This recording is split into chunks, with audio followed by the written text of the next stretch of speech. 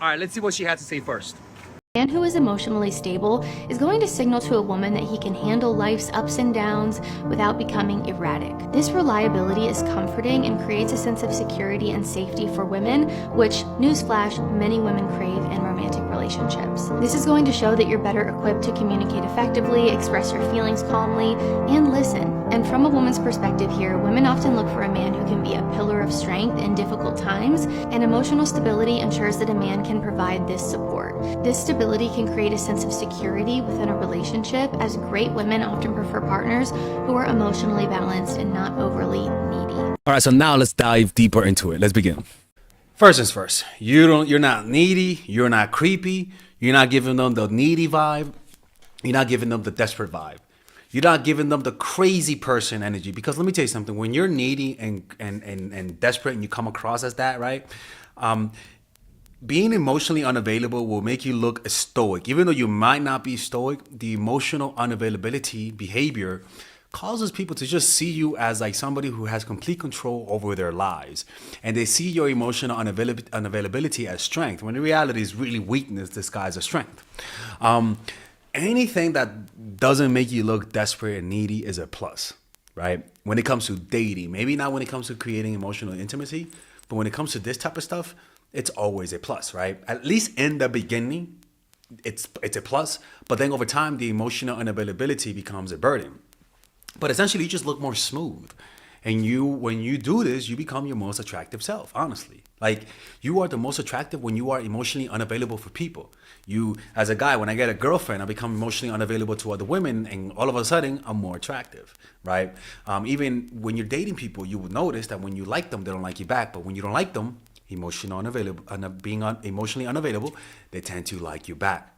This is why I always tell people, observe when you don't like the person. Look at the behavior that you could implement in your life based on that behavior, something that's not too abusive and evil, and try to let it marinate you so that you could apply in other areas. And some of the things in that is really just a stoic, nonchalant, relaxed attitude you tend to have when you don't give a fuck, when you don't care if they walk away. Is that you become unattainable.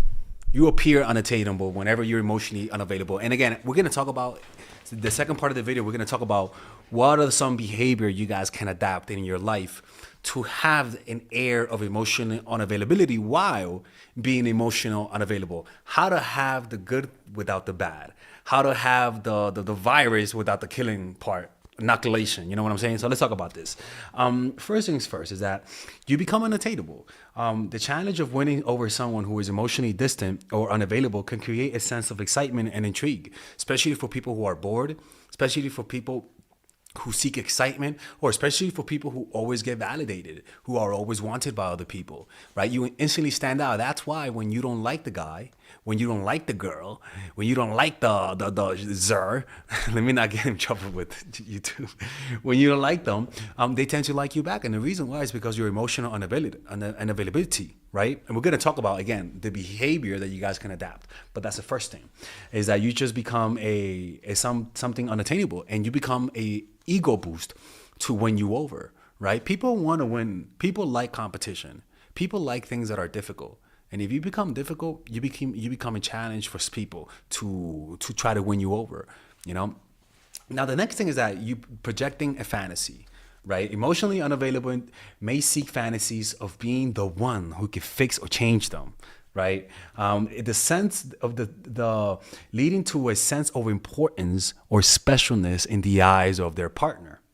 This projection of a fantasy narrative can be alluring to those who are seeking validation or a sense of purpose. In other words, people who are bored, people who don't have nothing to do. That's why Robert Greene says choose the right victim, and he says choose people, evil shit, who are bored and have nothing to do with their time.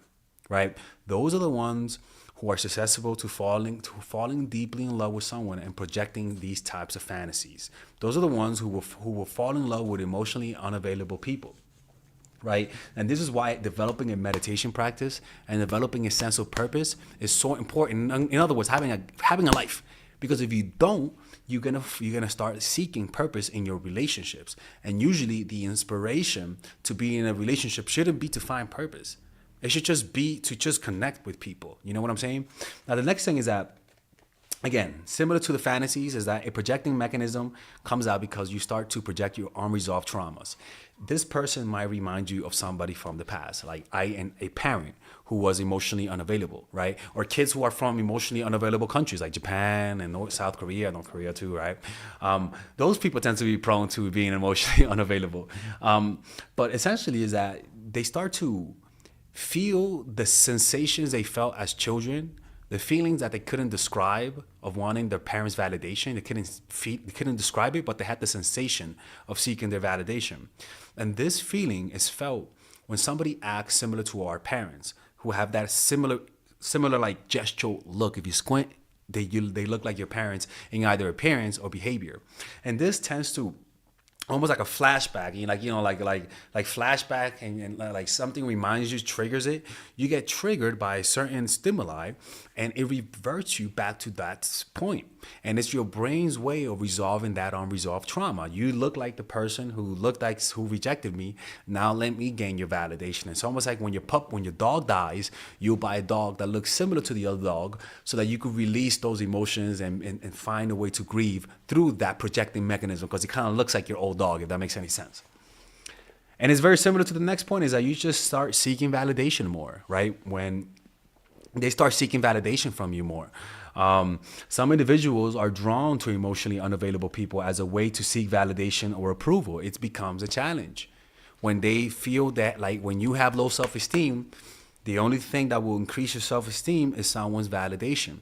And so if that's what you found that makes you happy as a kid, then you're going to start doing that as an adult. So you'll gravitate towards those who don't validate you as a challenge, or you'll gravitate towards those who don't validate you because deep down you really feel like you don't deserve it. So you tend to go for those people who would tell you, I don't want to be with you, so that they can validate your own self-opinion. We tend to do that. We gravitate towards people. If you have a negative self-opinion, you're not going to stay with someone who tries to who confirms. You're not going to stay with someone who makes you feel good about yourself. You're just going to find them boring. Oh, this person is too sweet. Oh, this person is too nice. You're going to go towards that person who's such a challenge that you feel like shit. The reason why is because deep down, that's what you really believe you deserve. So you rather stay with people who keep you feeling that way. I know it's weird, but that's what people do. The next thing is that they start seeking consistency they start seeking consistency from you through their consistency. When somebody's being inconsistent, what tends to happen is that they start to become ultra consistent. The reason why is because they're desperate, right?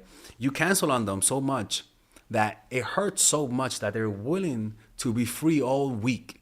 Even though it makes them look dumb, they're willing to sacrifice how you view them in the hopes that maybe, like a crackhead, you could say yes to something. They're at such a pivotal point, such an emotional breaking point, that they're willing to accept anything that you give them. So what they do is that they just become more consistent, right? And so that's the thing. When consistency comes through too much consistency, you don't have to be inconsistent all the time, but we're going to talk about how to do this, right? The next one is that they forgive you a lot more than they forgive other people, because they want you so bad. It's like somebody who sells weed, right? And their drug dealer is always late, right? They'll forgive the dealer if they got good weed. You know what I'm saying? So it's kind of, people will deal with your BS if you provide some value. And the value you're providing is a toxic ass, ego-driven type of validation that people confuse as love. They still take it because it's an addictive feeling, to be honest with you. Now, if you guys enjoy this type of content, check out my course, Dark Game, or like I like to call it now, the Complete Man. It's a course that I created for guys who have no idea how to get women in their lives. As you guys can see, I have attracted a life that brings women into my life. I do a lot of social events, art events, meditation events, and I don't do that to get women, but what I notice is that it gets women into your life, right?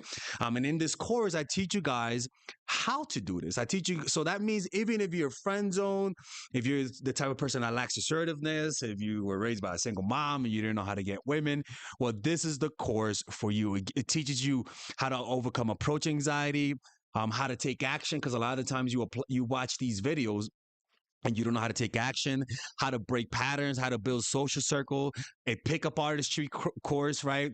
Understanding your dark side, a bunch of things that helps a guy improve their dating life, right? Where we talk about how to find your purpose, female nature, the mindset game, the outer game, right? How to get her number, how to damage control, how to create competition, first date, using vulnerability, online games, social circle game, how to get threesomes. I mean, the whole shebang bang, right? And the beauty about this course is that there's a 30-day money back guarantee. If you don't like it, you could just let me know and get a refund. There's the basic course, which is $99, and then there is the one with the bonuses, like that I just read to you. So just look through the sales letter, and there's actually some free clips that you guys can watch, right? I think so, right? No, there isn't, but yeah, just look at it. Let me know if you what you guys think of it. You just give it a try. If you don't like it, I will give you your money back. I've always given people refunds. So yeah, man. Hopefully, I can see you guys inside, and let's get back to the video.